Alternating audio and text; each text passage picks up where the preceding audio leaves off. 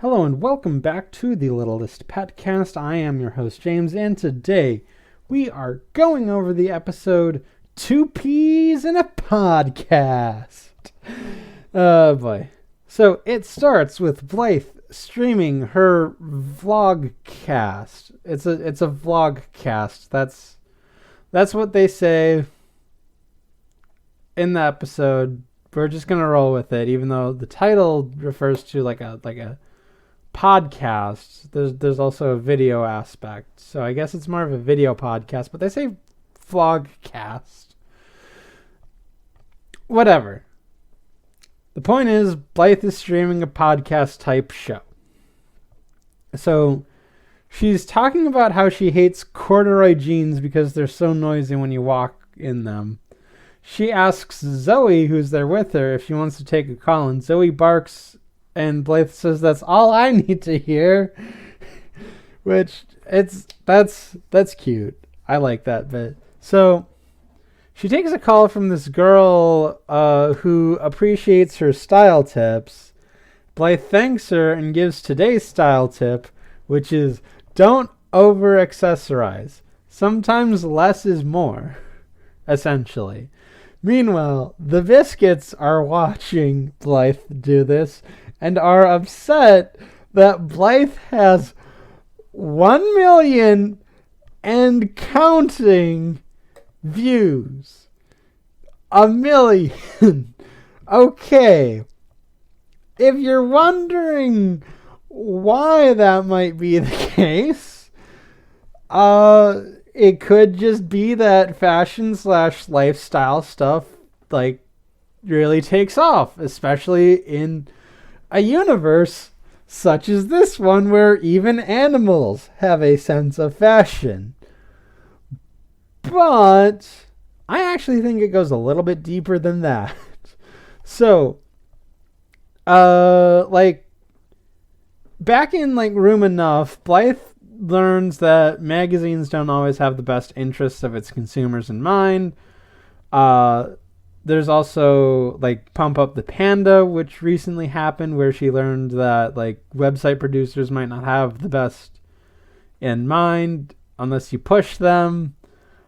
Big Feathered Parade, the glamorous designer turns out to be essentially a P5 villain.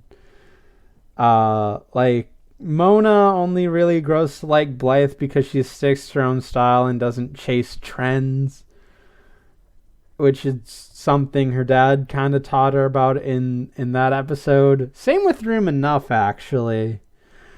So basically, Blythe is presenting an alternative to chasing trends, spending money on popular fashion when you can just make something fashionable yourself out of something you can get at the thrift store for $1.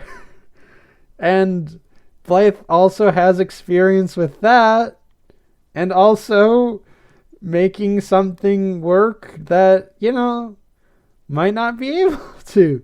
So the point is, Blythe presents an alternative to what the figureheads, the puppet masters say are popular and flashy and trendy and stuff.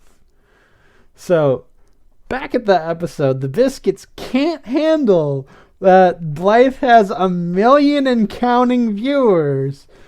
That's still a weird number, even after I explain that it has the appeal of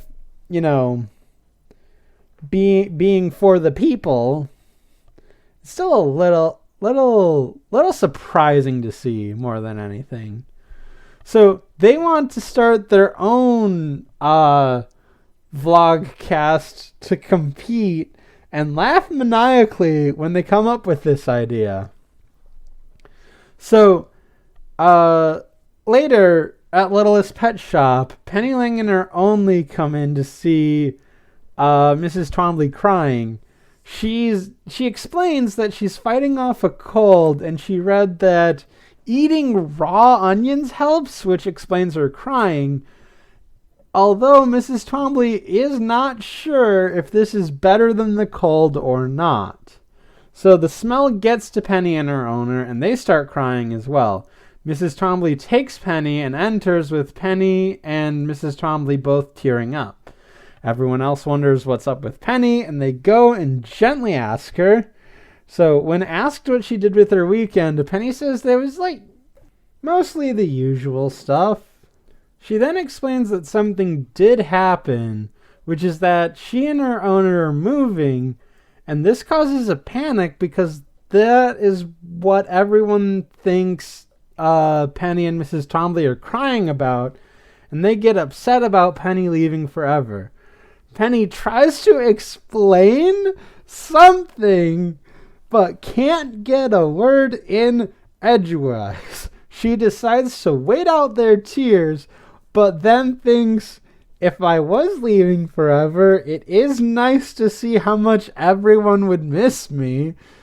So, meanwhile, the Biskits start streaming their vlogcast, and they get very self-referential when talking about their physical attributes that make them great, like their noses that you can barely see, or their tiny feet, or their large heads with their pencil-thin necks that they are surprised can hold up said heads. They then take in a caller, and it's the same one that called into Blythe's show earlier. She's calling them to tell them that this show blows chunks. And if you want to see how it's done well, check out Blythe's show. They hang up and pretend it's technical difficulties. The person then begins leaving negative emoji comments on the stream. And then they get a call from their dad who appreciates their usage of social media. He says that he will increase their allowance if they get enough views. They ask what the catch is, and Fisher explains that it would be nice if they advertised largest ever pet shop every so often, which they agree to do. This show really hates rich people. Really, this whole scene is about how self-absorbed rich people are, no matter what the context. The two people putting on the podcast only really care about themselves and what they look like, and they think that they're the gold standard of people. And Fisher is always looking to make a profit on whatever, no matter what. And he's just using his daughter's outlet as a means to an end. This show has no qualms with hating rich people. I know it's not the only show that hates rich people, but this show lays it on thick. 'Cause it just a lot of episodes are about how rich people suck. And it's kind of weird that this show would be taking not just this stance, but also big companies don't have your best interests at heart as a stance either, since this is a Hasbro property. But it worked enough to get 4 seasons. So I guess giving the people what they want works to some extent. Meanwhile, the cookie cutter World of Our Own only lasted 1 season. So, giving the people what they want works. Socioeconomics can be weird at times, but it can be used for good. I at least think that. So, they end the show, and then they blast past Francois, who, bless his heart, is filming this, to see the results. They check their view count to see that it was only 2, and one of them was their dad. They throw their iPad, but Francois catches it. And then the Biskits think on it, and they say there's something about the internet that makes quote-unquote Blythe's dull fashion and bland personality stand out. So Whitney suggests they think about how to get more views, and Brittany says, do we have to? So here's where things get a little confusing. A little. Not too much, actually. I mean, confusing is a relative term. So basically, we're in the midst of the Biskit Redemption Arc, and specifically, we are past Snipmates, where they low-key admitted to liking one of Blythe's designs. But they just said that Blythe has, like, bland or dull fashion. But that just might be them being blinded that Blythe is more popular than them in a space, and also wanting money. It's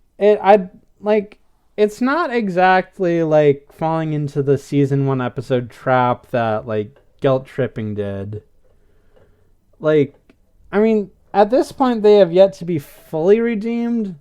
Like, there's bits and pieces here and there, but, like, they still have light years to go. And it helps to highlight that sometimes, where it's like, oh, they might be getting better, but they're not quite there yet. And I think this episode does a good job at, like, highlighting that, especially because everything they do from this point onward is because they want that raise in allowance. So they're still, like, blinded by, like, greed and stuff. It's not that they're, like, they can't be good. It's just that they're not all the way there yet. So, meanwhile, the pets are hugging Penny and list out things they're going to miss. Sunil, for 1, will miss her cuteness. Minka, for 2, will miss how she makes her laugh. Russell, for 3, will miss her upbeat personality. Vinny loses count, but says he'll miss how during nap time she would chew on bamboo and keep him awake. Penny thought he hated that, and Vinny says he does, but now he'll miss it when she's gone forever. So Penny tries to explain again, but then Zoe comes out with a list of Penny's favorite things and says that we should do all of it to make Penny's last days here bliss. Russell asks what Penny was going to say, and she is too excited to do all of the things that she wants to do to tell the truth. This is why it actually doesn't fall under the season 1 trap, like I was saying earlier, because this B-plot shows that anyone can fall victim to their selfish desires. If Penny Ling can do it, obviously the Biskits would not stand a chance. Because, like, Penny Ling is, like, one of the sweetest, nicest characters on the show. And even, like, she's falling for it. So the Biskits didn't have, like, a shot at all. So, at school, Blythe is telling Youngmi and Sue that she's appearing on a hip new show and they're sending a limo out to get her. Sue and Youngmi point out that the show doesn't have a name, or they don't name the show, and Blythe says that it's so exclusive that the producers refuse to tell me what it is. Isn't this exciting? She really is Roger's daughter. Like, Blythe has her moments of, like, Blythe is generally, like, knowledgeable, but this is something Roger would do. So, after school, Blythe is waiting, but instead of a limo, it's a bike carriage. And Francois, who is wearing a fake beard so Blythe doesn't recognize him, is there and invites her in, and Blythe complains a little bit, calling them, like, kind of cheapskates. Blythe asks if they've met, and Francois says yes, I mean, no. Francois then proceeds to blindfold Blythe, saying that the location is so exclusive that the place they're shooting at must remain a secret. And Blythe is more eager about this instead of really creeped out by this sketch situation. Like, if I saw someone wearing an obviously fake beard blindfold a high school student and like take her somewhere, that does not elicit a positive image in my mind. If you catch my drift. But Blythe thinks this is so cool. She really is Roger's daughter. Because wow, this is a lot. And I mean a lot. Holy moly. Okay, let's go. So they arrive and Francois takes off the blindfold. Blythe sees the Biskits and is confused about them having an internet show. She's also upset because Francois tricked me again. Like, this whole thing is dumb. And Francois is like, he just closes the door on this. Like, holy crap. This is amazing. So she then tells the Biskits, no amount of money would get me to appear on your show. So Blythe does have a habit of turning down Biskit money. The Biskits then call her show Traj, and Blythe takes it as a challenge. So the pets are now playing a game of who's got the pine cone, where there's a person in the middle, and in this case it's Penny. They close their eyes while in a circle, everyone around her passes a pine cone while singing pine cone, who's got the pine cone. Minka then asks, how long do we have to play this boring game? Zoe responds, as long as Penny Ling wants to. Penny finds the pine cone, Russell has it, and they start a new round. Okay, why is this episode weirder when I say it out loud? Because, like, when I'm typing this and when I'm watching this, I feel this is rational. But this just seems like weird now. So, on the Biskit show, the twins ask about why people like Blythe's show. But before Blythe can answer, they get a few calls. All of them want to talk with Blythe, except for Mrs. Twombly, who calls in and just shouts, Littlest Pet Shop, Littlest Pet Shop, Littlest Pet Shop. Which, good.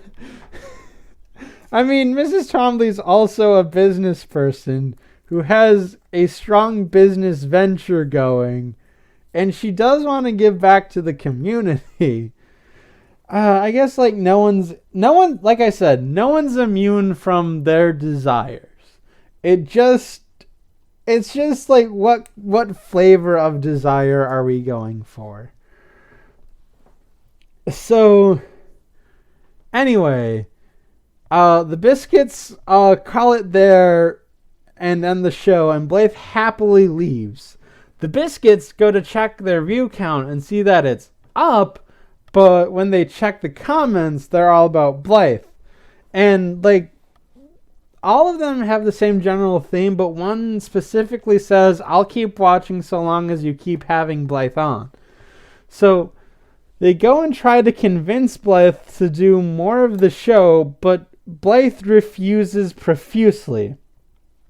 Penny is eating bamboo and offers Zoe some, but Zoe says that not all foods can be processed by her delicate tum-tum. So Penny loves the lunch she just had and says that it's enough. The rest of the pets say they want to make her last days here memorable. Penny begins to explain what's going on, but before she can, she's whisked off to a nap. Penny takes the nap, but dreams she's in knee-deep water, and all of her friends are floating heads, wishing her well, and saying that they'll never see her again. And she feels super guilty about this. She wakes up, and everyone asks her how her nap was. She's a bit shaken, but she says she's fine. So she goes to explain what's going on again, but Russell interrupts, saying that Penny Ling's favorite show is on. And Penny is delighted to be watching Pickle Babies, but everyone else rolls their eyes. Russell reminds them why they're doing this, and they go along. Zoe asks Penny what she was going to say, and Penny says that it can wait until the end of the show. It's only half an hour. So Penny's really pushing it. She's really nervous, but she really, really loves all of this. So the Biskits attempt to do their own show on their own, but they keep arguing about which one of them is the guest, so they stop. So they then ponder the Blythe problem again, and Brittany says one of us should just pretend to be Blythe. Whitney says that that's a great idea, and that hanging out with me has given your brain powers or something, while Brittany is confused. So later, Whitney wants Brittany to come out, but she doesn't want to because she's dressed like Blythe. Whitney reminds her of the money, which makes her do it. They specifically says, I love money. And Whitney says, so do I. And she comes out wearing what Blythe was wearing, but it looks frumpier and just distasteful. And she also has these fake teeth that are just protruding. It's very hilarious in a way that reminds you that these people are awful. This is how they see Blythe, which is not how Blythe looks, but because Blythe is poor and comparatively poor, Blythe is still relatively well off. Okay, no, we can't get into how well Blythe is off. Whatever. I'm going to go with that. I'm going to let that one slide. We can't go into that. We just know that the Biskits are incredibly richer, and they see everyone not as rich, just as poor and downtrodden. And it's funny, but it also reminds you that rich people suck. So Whitney asks Brittany to impersonate Blythe, and she does this this is my voice kind of thing that Whitney thinks is perfect, but Francois just looks on at this train wreck and is just confused. So they go and do the vlogcast, but the comments aren't nice, but that's because the impersonation isn't great. They do advertise largest ever pet shop, but the people watching are just stunned that this is going on. Whitney says that Brittany has a disease, but when Brittany breaks character and says she doesn't, they cut, and Whitney reminds her that she needs to be Blythe. Brittany says, it's hard because I have to be so upbeat all the time. Whitney says that she needs to suffer for the money. So they check and their views are there, but the comments hate us. They aren't going away though, so they decide to continue. Anything for money. This show just hates rich people. I don't know how else to say this. So meanwhile, Blythe is doing her own vlogcast and talking about her designs and her sketching and her process. Meanwhile, young me calls in with a worried look on her face, asking Blythe to check out the Biskits show. Blythe does this and is understandably appalled when she sees this pale imitation of her asking the twins to forgive her. And,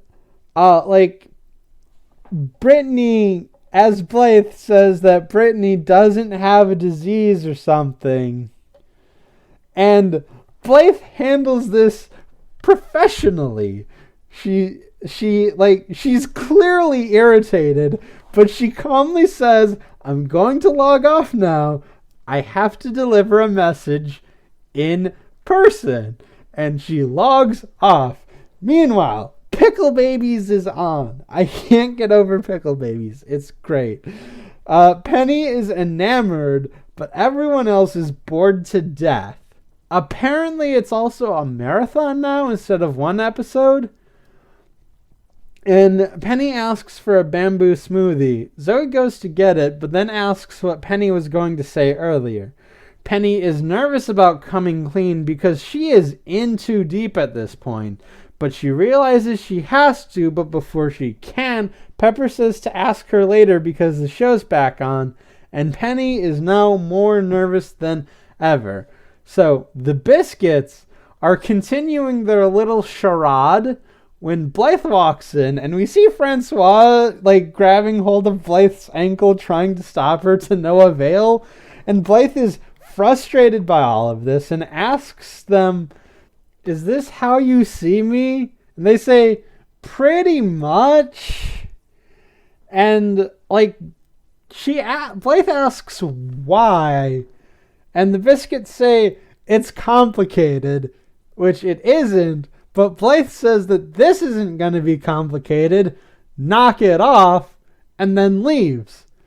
Brittany says it's hard to pretend to be someone as nice and upbeat as her, which is a weird backhanded compliment to Blythe, I guess, which I guess is in line sort of with the Biskit Redemption Arc.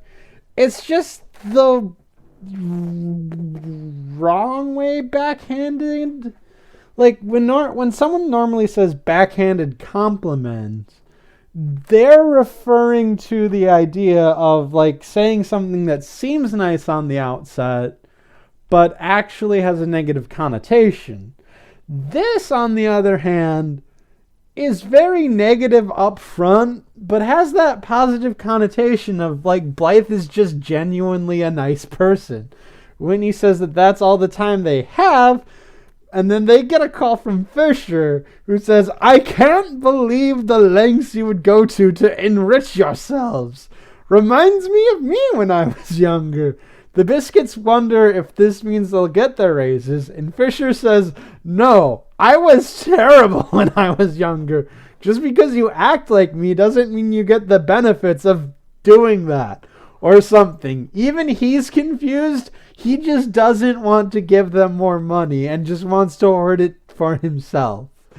He then proceeds to cancel the vlogcast because it's costing him money for some reason, despite the fact that Blythe is just doing this through her laptop and stuff. They have a camera, but I can't imagine that costs that much more. He just wants to do it to, keep his money. And it just goes to show, this show just hates rich people. The Biskits are willing to do anything for the money. And Fisher is I used to be like that, but now that I have the money, I don't want to give it to people. Okay. This show started airing 7 years ago. If you were 5 then, you're 12 now.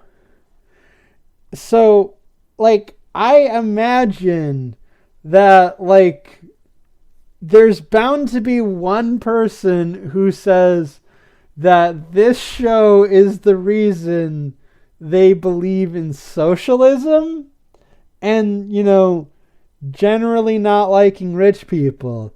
It's not the biggest reason. It's certainly not the only reason. But I'm willing to bet it's at least part of someone's reasoning, because like this episode, like a lot of episodes just don't like rich people, but this episode in particular really just doesn't like rich people. And this is coming off last episode where a rich person tells another rich person to apply for a job for a laugh, essentially. Like this show just hates rich people. So that aside, like, as it stands, like, for the Biskit Redemption Arc, like, the Biskits are shown to be nice at some points, and can do so, at least in the presence of their Gram. And, like, it might seem a bit dissonant, but they're in a more public setting anyway with the vlogcast, and they're trying to still promote this idea that they're the cool mean girl type people, where like an eventual redemption would have it be that they don't need that anymore. But it does take a while. It's not an overnight process, and this episode reminds you of that, especially with the bait being money. Like they still put money over, whatever they have with Blythe. Kind of. It's like with that backhanded compliment, they still don't exactly see eye to eye, but they can. We've seen that possibility. Whatever. It's not too out of place. It might feel weird, but it's not, essentially, is what I'm getting at. So Blythe then walks into the pet shop to see the pets all looking sad.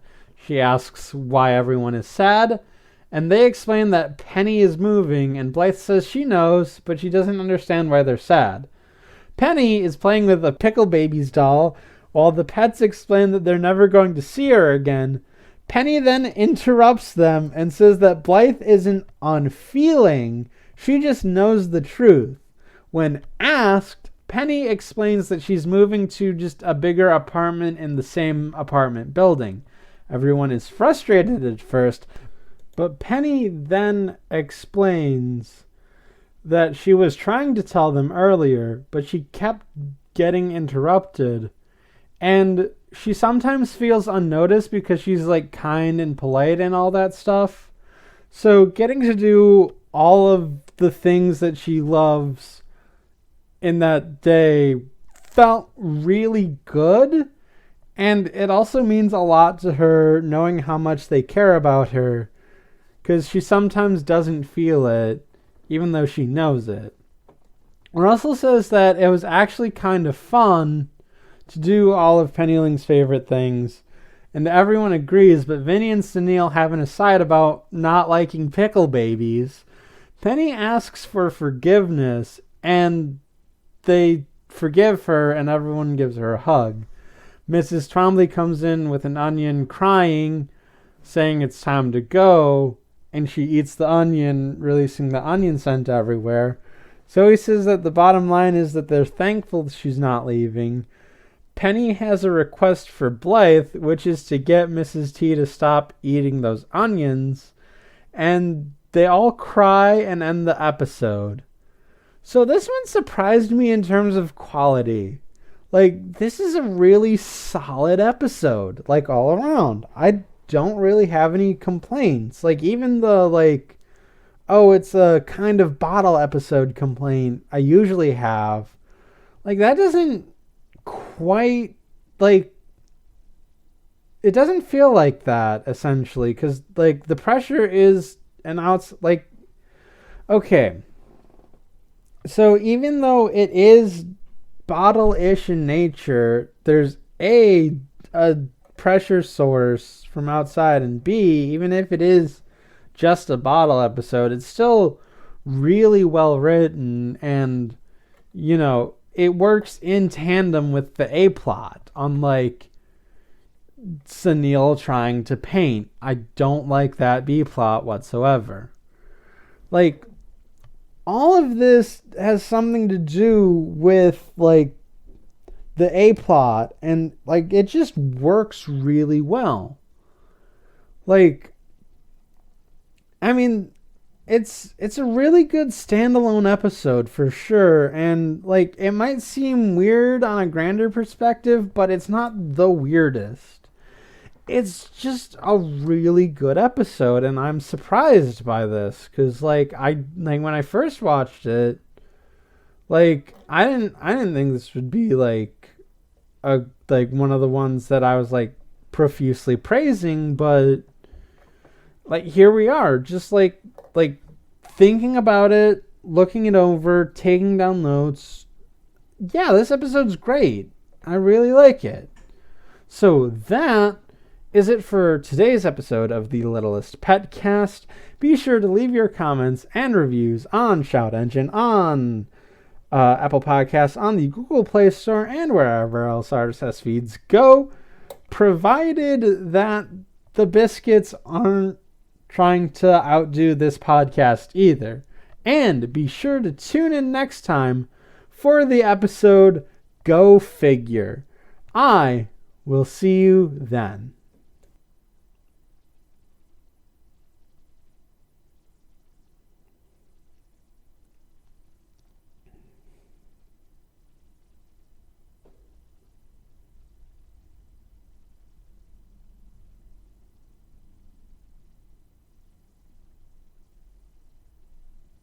So, there is a reason I don't live broadcast these podcasts like Blythe and the Biskits do in this episode. And it's because I have a bunch of flubs that I just like edit out. And like even doing it with Ricky, like actually doing it with Ricky, like, I don't know, the flubs appeared less often. Like, they still appeared, but not as often or as flagrant as some of the stuff, like, it happens when, oh my, like this. This sentence became a train wreck all of a sudden. I don't know when. But basically, like, when I'm by myself and I'm talking to myself, I guess, like, I have a tendency to trip on my words longer. So, I did write down 4 times I've tripped over my own words this time, and I'm going to share them with you. So, one time I had to stop because, like I said, like when they ask how Penny Ling's weekend was, Penny Ling says it was usually the most. And then later, when I was talking about the Biskit twins and how they reference themselves, or the nature of the show, I said self-referentiable. And then I, at some point, oh yeah, no, I remember this one too. So, I said that, like, the Biskits only care about what themselves are or do or look like or something like that. And then the last one I'm willing to share is that instead of nap time, I said napcom. And yeah, so that's a little fun behind the scenes look at what this podcast is like. I hope you had fun listening to me fumble and my fumblings. See ya.